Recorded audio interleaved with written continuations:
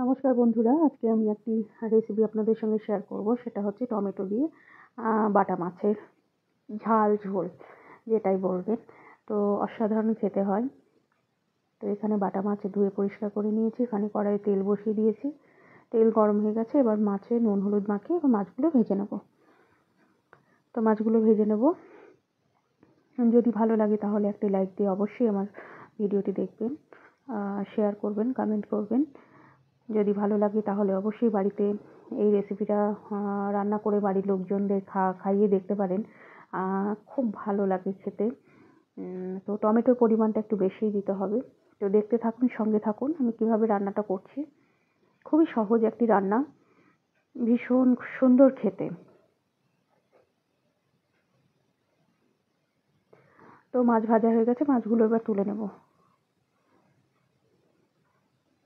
তো বাকি মাছগুলো একইভাবে ভেজে তুলে নিচ্ছি।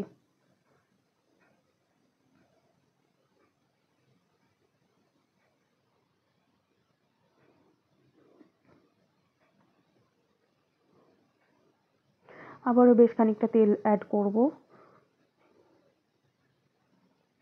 আমি পুরোটাই সর্ষের তেলে রান্না করছি, আপনারা চাইলে সাদা তেলেও করতে পারেন। তো আমি এখানে ফোড়ন দিয়ে দিয়েছি, 5 ফোড়ন, কালো জিরে আর 3টে কাঁচা লঙ্কা, আর এখানে 4টে টমেটো নিয়ে নিয়েছি, আর এখানে দিয়ে দিলাম পেঁয়াজ বাটা। তো পেঁয়াজ বাটাটা দিয়ে খুব ভালোভাবে একটু নাড়িয়ে নেব কিছুক্ষণ।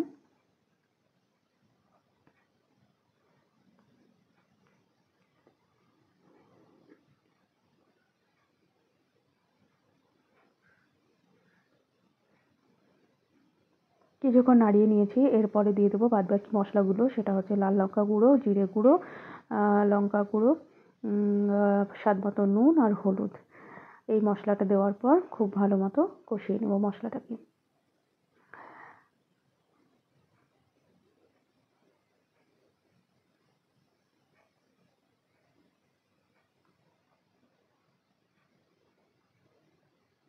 মশলাটা খুব ভালো মতো কষানো হয়ে এসেছে, দেখুন তেল ছেড়ে গেছে। তো এখানে 3টে গোটা কাঁচা লঙ্কা দিয়ে দিলাম।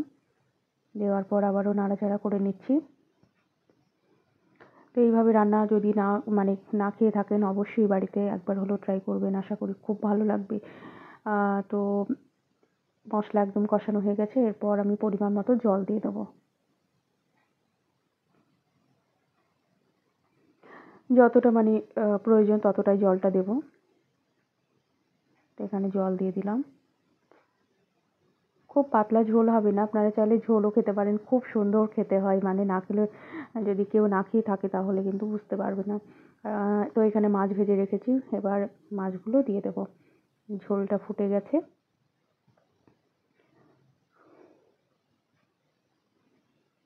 মাছগুলো দিয়ে দেবো এবার। মাছগুলো দেওয়ার পর আঁচ কমিয়ে 2 থেকে 3 মিনিট আমি ফুটতে দেবো মাছগুলো।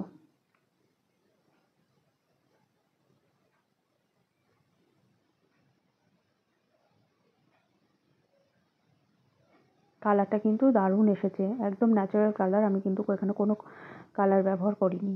ওপর থেকে এবার ধনেপাতা ছড়িয়ে দেবো, তাহলেই আমার রান্না রেডি। গরম ভাতে জাস্ট দুর্দান্ত লাগে খেতে। আপনাদের যদি ভালো লাগে আমার রান্নাটি অবশ্যই শেয়ার করে দেবেন, সাবস্ক্রাইব করবেন, পাশে থাকবেন। নতুন বন্ধুদের বলি সকলকে অসংখ্য ধন্যবাদ। কোনো একটি রেসিপি নিয়ে আবারও চলে আসবো। সকলে ভালো থাকবেন, সুস্থ থাকবেন। নমস্কার।